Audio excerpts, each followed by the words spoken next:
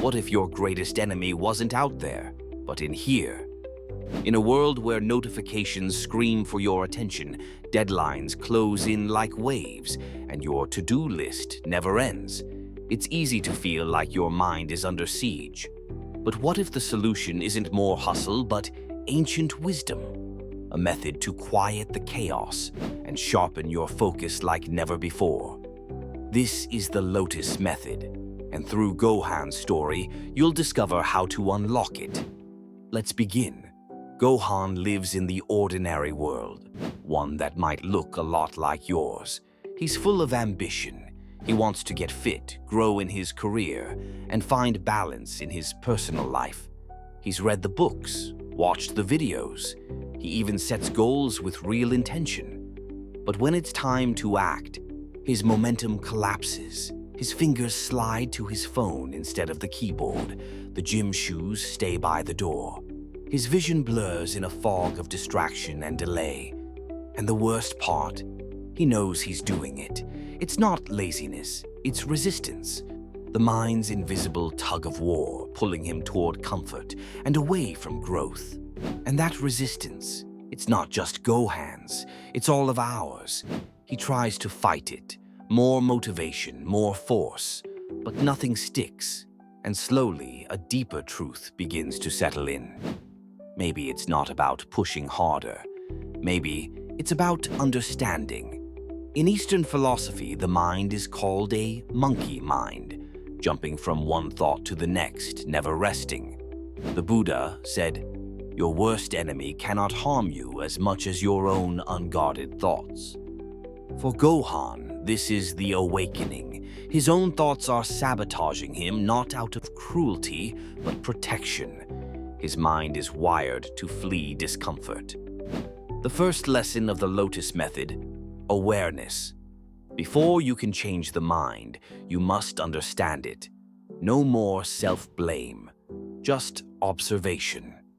A soft light cast on an ancient pattern, but understanding alone isn't enough. Gohan still feels stuck, so he seeks wisdom deeper still and finds it in the writings of Laozi, the father of Taoism.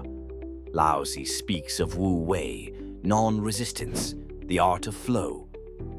By letting it go, he wrote, it all gets done. It sounds backwards, but it begins to make sense. Gohan sees now he's been swimming upstream, fighting his own nature. What if, instead of resisting the hard things, he flowed with them? He starts to apply this idea. When a hard task arises, he pauses, breathes, accepts it. No judgment, just movement. He stops making enemies of his efforts, and they stop pushing back. This is the second lesson of the Lotus Method: releasing resistance. Still, Gohan's mind is restless. Even flowing with life, he craves quiet. So he turns to Zen, Zazen, sitting meditation, simple in form, powerful in practice. At first, his mind rebels. Silence is loud when you're not used to it. But he sticks with it. And slowly the noise softens, like a storm settling, like mud sinking to the bottom of a pond. In stillness, Gohan discovers something unexpected. Not boredom, but clarity. Not paralysis, but peace. The answers he once chased now arrive in stillness. He sees his need to constantly do was fueling his chaos. Now, in non-doing, he finds strength. This is the third lesson of the Lotus Method: cultivating stillness. But stillness is only half the path. Insight without action is inertia. Gohan remembers the Shaolin monks, masters of both mind and body. They meditated with depth and then trained with purpose. For them, stillness and action weren't opposites. They were partners. Gohan begins to act, but not like before. No multitasking, no frenzy. Just one thing at a time, with full presence. Each task becomes a kata, a ritual, a moving meditation. This is the fourth lesson of the Lotus Method: action with intention. And as he works this way, something shifts. The same tasks that once overwhelmed him now flow. But even with focus and presence, Gohan feels it. Impatience. He's doing the work. Why isn't the transformation instant? That's when he returns to the symbol that started it all. The lotus. The monks teach that the lotus grows slowly, inching through mud, unseen, unfazed. It doesn't bloom because it forces growth. It blooms because it trusts the process. Gohan realizes he's the lotus. His pace isn't a problem, it's nature.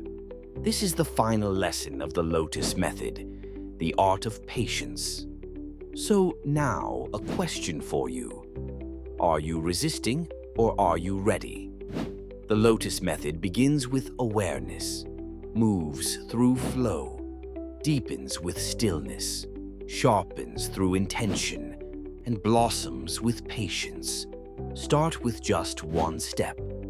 Because like Gohan, your mind isn't your enemy, it's your training ground. And your bloom, it's coming. If this sparked something in you, subscribe and let's walk this journey together.